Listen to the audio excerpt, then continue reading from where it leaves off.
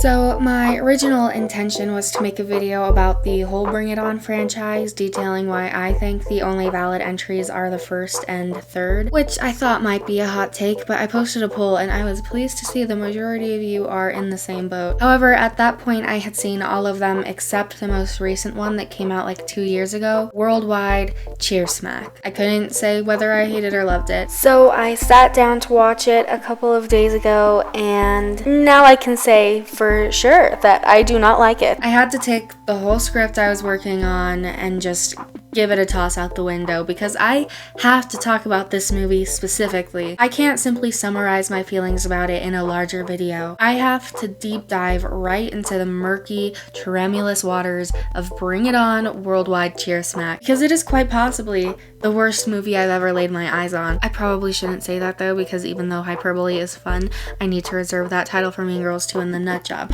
So I guess I'll just say it might be the easiest movie to make fun of I've covered yet. I mean, there are moments when I can't believe it's even real. It's a parody of itself. My biggest reservation going into this video is not being able to explain why I hate it as much as just showing you. Like, I might as well post the whole movie with fisheye filters because you don't need me to tell you it's bad. You just have to watch it. I mean, I'm still gonna try though. But first, we do have to touch on the original Bring It On. It probably won't come as a surprise to hear that I love it. I mean, this is me we're talking about, but if I'm being totally honest, I'm not sure how much of my love for it relies solely on nostalgia. If it were total trash, my brain would not acknowledge that because it's one of my favorite childhood movies. My sisters and I used to watch it all the time. I actually have a really fond memory of my one snow day ever, which was actually just a half day because in Utah nobody cares if you die in a blizzard. It was Valentine's Day, so we made cookies, one of our friends came over, we watched Bring It On,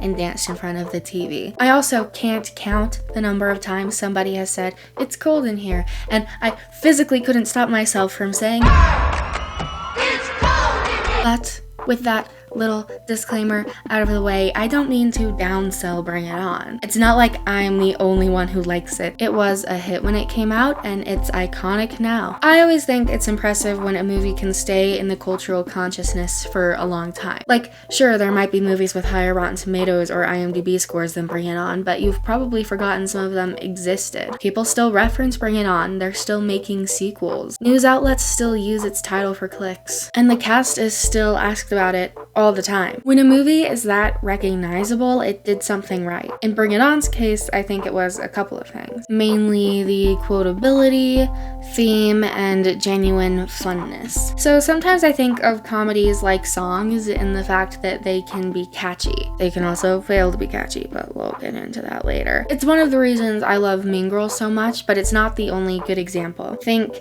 Heathers, SpongeBob, the Cornetto trilogy, Superbad, Anchorman, Ghostbusters, The Holy Grail, Clueless. Think of your personal favorite comedy or just film in general. Isn't there at least one line that you just say all the time? Like, even if other people won't get it? Bring It On has a lot of those. Brittany, this is not a democracy, it's a cheerocracy. And the message, specifically the racial theme, is obvious but not heavy-handed. It's displayed in the events of the story rather than just being shoved down your throat all the time. Sort of like this other movie, I know. Anyway, there's also something to be said about the fact that nobody really expected much from the movie in its production. From watching interviews, it sounds like they thought it would flop, so they just did whatever they wanted with no studio interference. Did you realize during filming that this would not only be a hit, but that we'd be talking about it 15 years later? Nope. No. I think they were expecting some Arnold Schwarzenegger movie to be #1. It didn't have the budget. It didn't feel like the studio really cared what we were doing down there. There's something kind of cool about that, and I feel like it shines through. It's just a fun time. It manages to satirize and embrace cheerleading all at once, and it tackles heavy subjects without ever bogging down the fact that it's a light-hearted sleepover sort of movie. It's cheesy, but so self-aware. Now, I know I've talked a lot about the original Bring It On, but I just needed to point out what it does right so that you can see how Worldwide Cheer Smack takes all that good stuff, crumples it up, puts it in a blender, and chucks it at the wall. Let's just jump into it. So, as the movie begins, we're at some sort of cheer performance, and we're introduced to our protagonist, Destiny, and her squad, the Rebels. They're not a high school team or a college team, so I guess they're just in the competition circuit. I don't really know anything about that, but whatever. It's established that they are back-to-back-to-back champions of what competition? Who knows? And everyone loves them. I mean, of course they do. They are cheer celebrities, after all. People are watching their live stream and tweeting trendy things like hashtag cheer rules. Actually, the hashtags are just popping up on screen, so it might not be Twitter. Could be Google+. Anyway, mid-routine, their music cuts out and they're all freaking out about it. I need you to take notes of the 3 girls who seem the most surprised all this is happening. Destiny, what happened to our music? Hey, this isn't our song. So what are we gonna do? Why? You can probably guess because I've said this, but I'm not telling you yet. Turns out their performance is being hijacked by some new anonymous squad called The Truth. We are The Truth. You call yourselves champions? Well, your tired, stale routines won't cut it anymore. Consider yourself officially cheer smacked.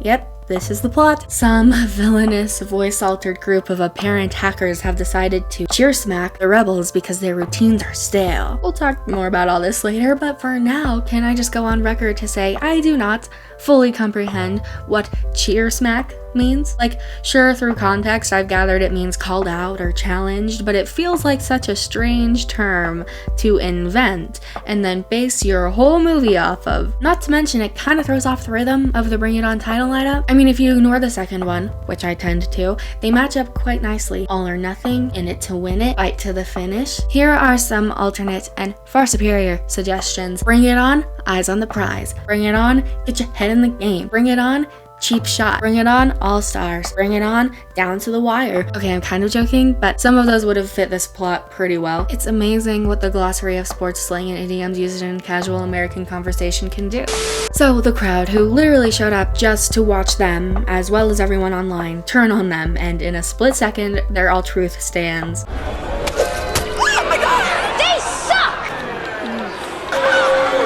I guess all it took was some other people saying their routines were tired. Alrighty.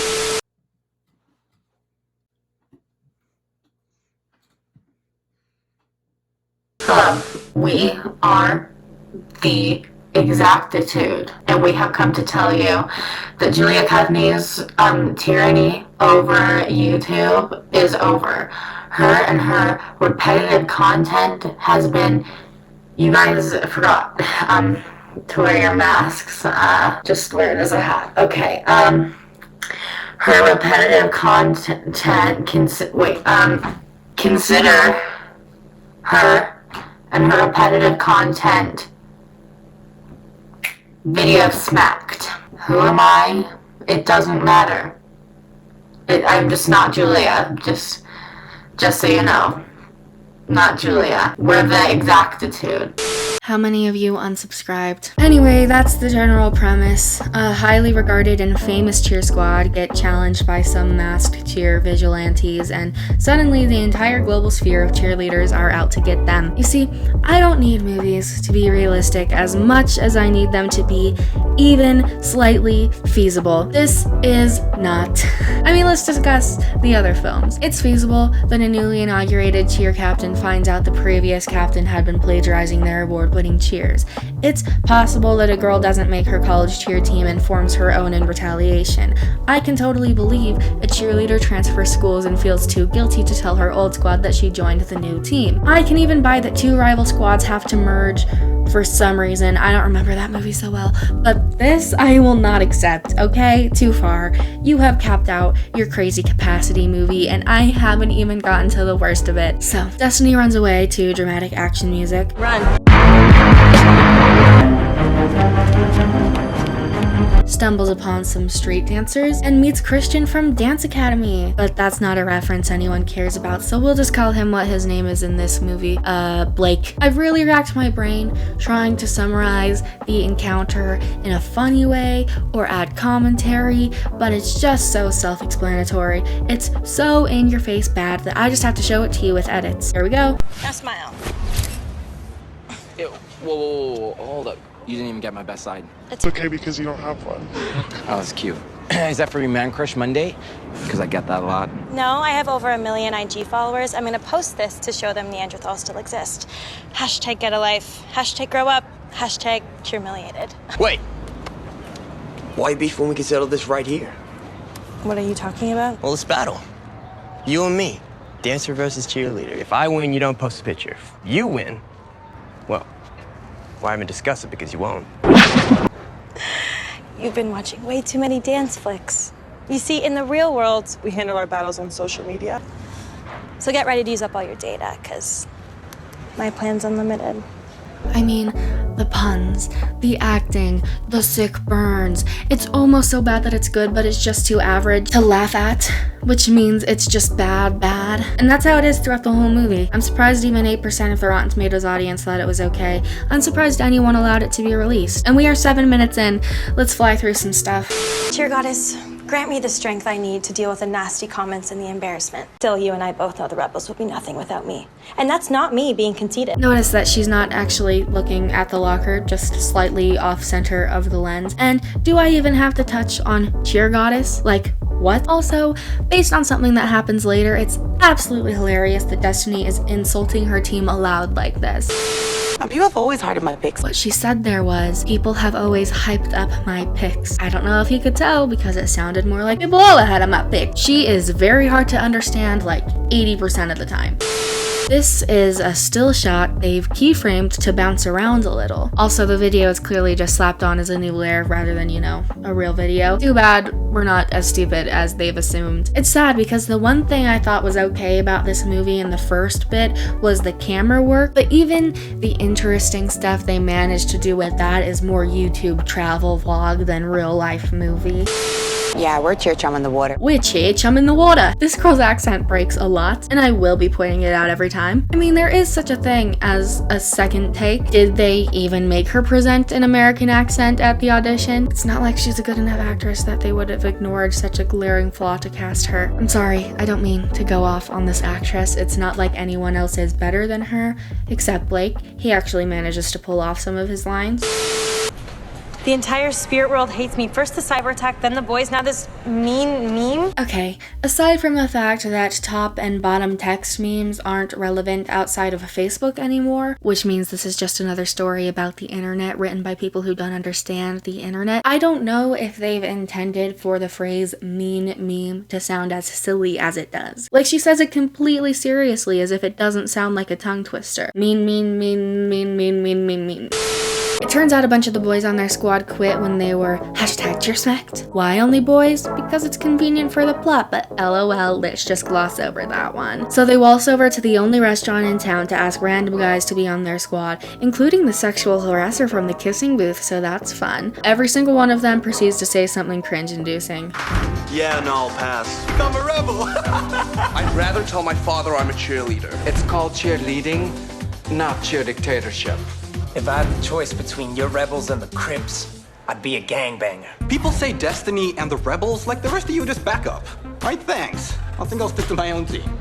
Side note, is it not insulting to male cheerleaders that this movie thinks they can find literally any human man to replace them, as if training isn't necessary? Anyway, everyone says no, so they turn to Blake and his crew, but not before they've had a dance battle. Also, the other girls seem to strongly disapprove of recruiting untrained boys, which just furthers the strangeness of the diner scene from like 2 seconds ago. Unless we're supposed to believe that all those guys hanging out at the diner are known unaffiliated cheerleaders, which I do not.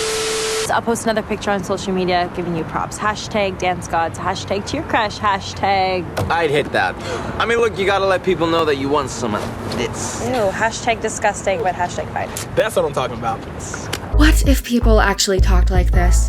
What if you walked into school or work and someone was like, hashtag hey girl, you want to get some hashtag lunch later? You won't believe what my hashtag boyfriend said last night. Hashtag couple spat, hashtag boys don't get it. I guess the real question is, do the writers think we talk like this? Do they think if you're young with any exposure to social media, your brain short circuits and you start saying things like this? I think that's one of my main problems with this movie, aside from just being inaccurate and clearly trying to portray a generation they don't understand. It's almost insulting. Spoiler alert, the message of the movie is very anti-phone. I hope viewers take away, you know, social media is such a huge issue or topic in our lives today, and I just hope, you know, kids watching take away that it's not all about social media. It's not all about how many likes or views you get. It's about real connection and human interaction. So they spend so much time just drilling this idea into our heads that everyone who uses social media is a selfish narcissist, too stupid to form a coherent sentence without saying the word hashtag. Which might make sense if you're so out of touch,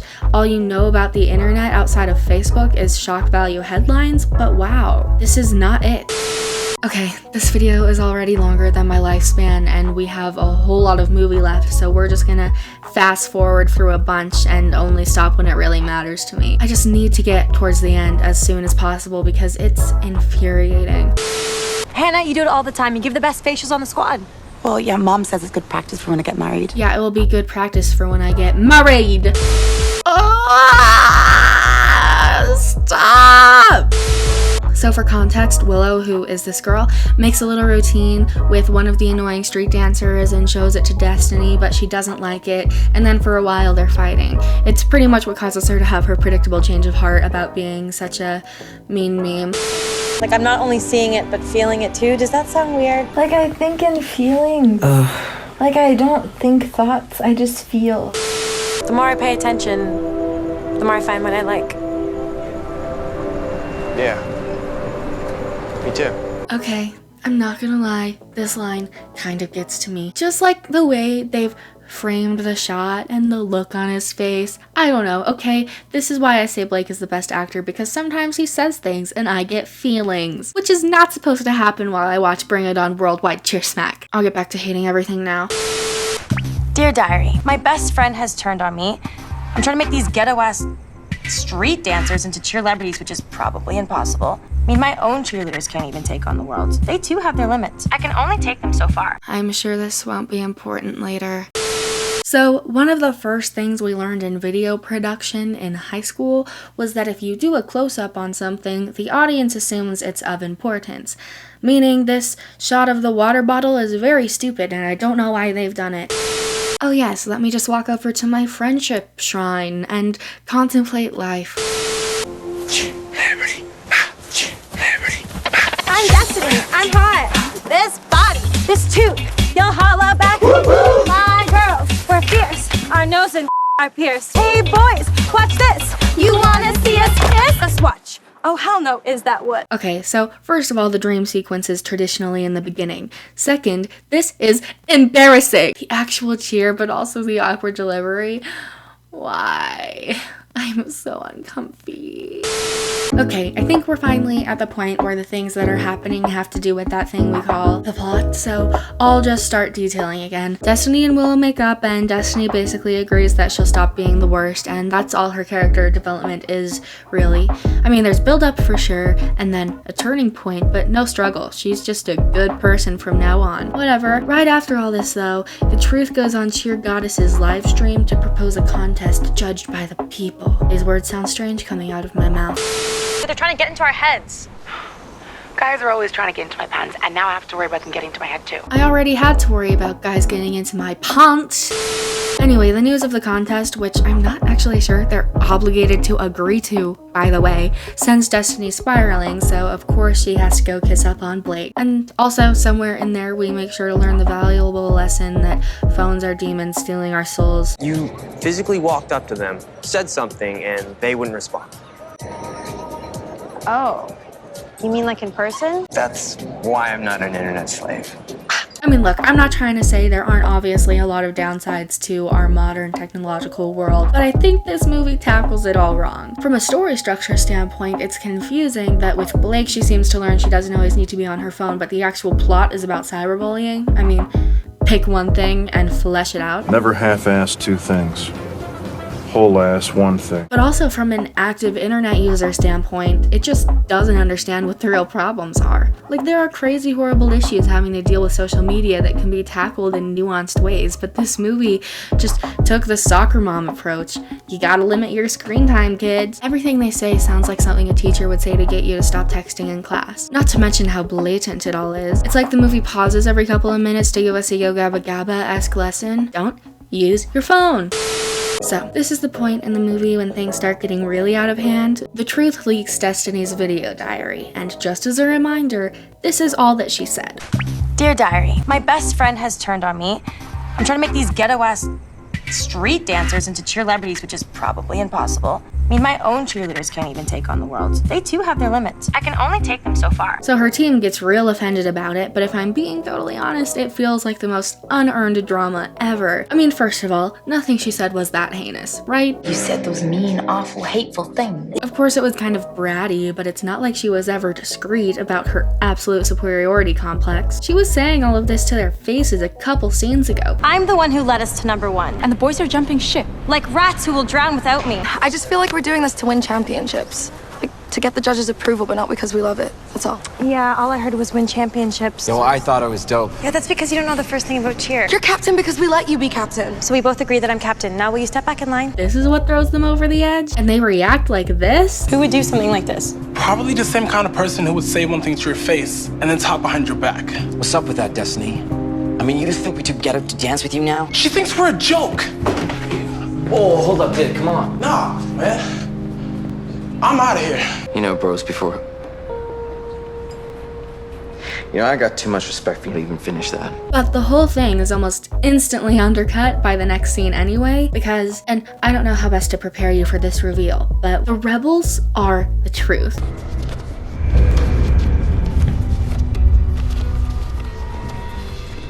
When I first saw this, I thought the implication was that they were so mad about the video diary they joined the truth, but no, they were the truth the whole time. Blondie was in on it, that other girl was in on it, Willow was in on it. I think the street dancers joined after the video diary, but still, her own squad were cyberbullying themselves this whole time. Just think about how absolutely outrageous this is, okay? You can pull off a double agent thing in a high-stakes action movie because that's something a spy might do. You know what a cheerleader would not do? Create a masked rival squad against their own team, hack into their own performance and pretend not to know what's going on, allow for their own social following to start hating them for the sake of this hoax. Here's a quick montage of moments that were completely fabricated considering this reveal. Destiny, what happened to our music? Hey, this isn't our song. What are we gonna do? What are we gonna do about being cheer smacked? Nothing. It's why we believe we can avoid being cheer smacked again if we step up our game. Listen to Willow. Besides, I'm not mad at you. 7, 8.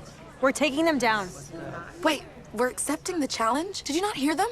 We're taking on the whole freaking cheer world. This might still be a little confusing, so here's a breakdown of their motives and plans, and also why they're stupid. In the beginning, a bunch of rebels wanted to create a rival team simply to scare Destiny into being more chill. Why they didn't just address their problems in a conversation format or even an intervention, couldn't tell you. Mass vigilantes must have just sounded like a more fun time for them. But apparently Hannah, who's the blonde girl, planned on stealing all her teammates and continuing with the truth the whole time, as well as this other girl. Only Willow out of the three of them thought this was some sort of friend therapy trap, which I think is supposed to make us forgive her easier, but I will not. Destiny forgives her in the next scene, but in real life, this is the type of person you cut out forever. I mean, wow. And to think that she had the nerve to start a fight with her earlier because Destiny didn't like her dance routine. I mean, you're running a global cyberbullying scheme against her, but sure. Boo-hoo, you don't have enough say in the squad. And Hannah, don't even get me started on Hannah. She didn't just fake a friendship, but an entire personality. She went from, I've never even left the country. Well, except to go to Hawaii. To, we're just beginning. Real fast. I have to wonder if all she wanted was to be the captain of her own squad and challenge Destiny, why didn't she just quit and proceed to form the truth and challenge destiny. Why bother rehearsing for 2 separate cheer squads when you're clearly not sticking around for information or spying? Where's the logic? Where? Can somebody find it? Logic? Hello? Are you there? The more you think about it, the more it just boggles your mind. There's absolutely no rhyme or reason to any of this. And to top it all off with a pointless and confusing cherry, remember when I pointed out that water bottle shot earlier? Well, as I kept watching, I noticed Tana was wearing black nail polish in her truth interviews, so I thought, oh, maybe that close-up of her drinking water was actually a hint. Like, maybe I wasn't supposed to pay attention to the water, but to her nails. And I was fully prepared to forgive the movie for like that one thing and think it was actually kind of cool that they threw in something so subtle. But no, it's pink. So now it's just a small inconsistent detail. Also, We won't be needing these anymore. Now that the truth is out. now that the truth is out. So right after all of this, literally in the next scene, this girl decides to quit the truth because Hannah is acting like a Disney villain. All of this is happening so fast. Like, they were mad at her, but then they were the truth, but then she quits the truth to go back to the rebels, and for what reason? How did this character, who's had like next to no screen time, switching sides twice, improve the story? I certainly couldn't tell you. Anyway, the rest of the movie is pretty basic, and there's not much to talk about regarding it. The rebels get some of the street dancers back, then there's a practice montage, then there's a competition montage, and then the rebels win. Like, that's the whole thing. There is one thing though. No, now I'm worried about my breath. You should be. Here. Thanks for the gum. Ew, why? Please stop. No, stop. And that's the thing about this movie. Sure, the story itself is bad, the theme is questionable and all that, but nothing is worse than this simple, unwatchable quality it possesses. I thought all cheerleaders were named Amber and Brittany. Really? Every cheerleader? What? It's a theory. There's something so terrible about sitting through it that's hard to describe or explain. Cheerleader. May I call you cheerleader since you won't reveal your real name? Cheerleader is fine. It's strange because the writer also wrote the third one, which is my personal second favorite Bring It On. But something went wrong here. You're nobody unless you have tons of friends or followers. Believe it or not, people existed before the internet. Something went horribly wrong. It's everything that could possibly be bad about a movie mixed into one little pot of shame. The only situation in which you should watch it is to be well versed and prepare for watching this video. But after I edit this, I hope to never have to lay my own 2 eyes on it again.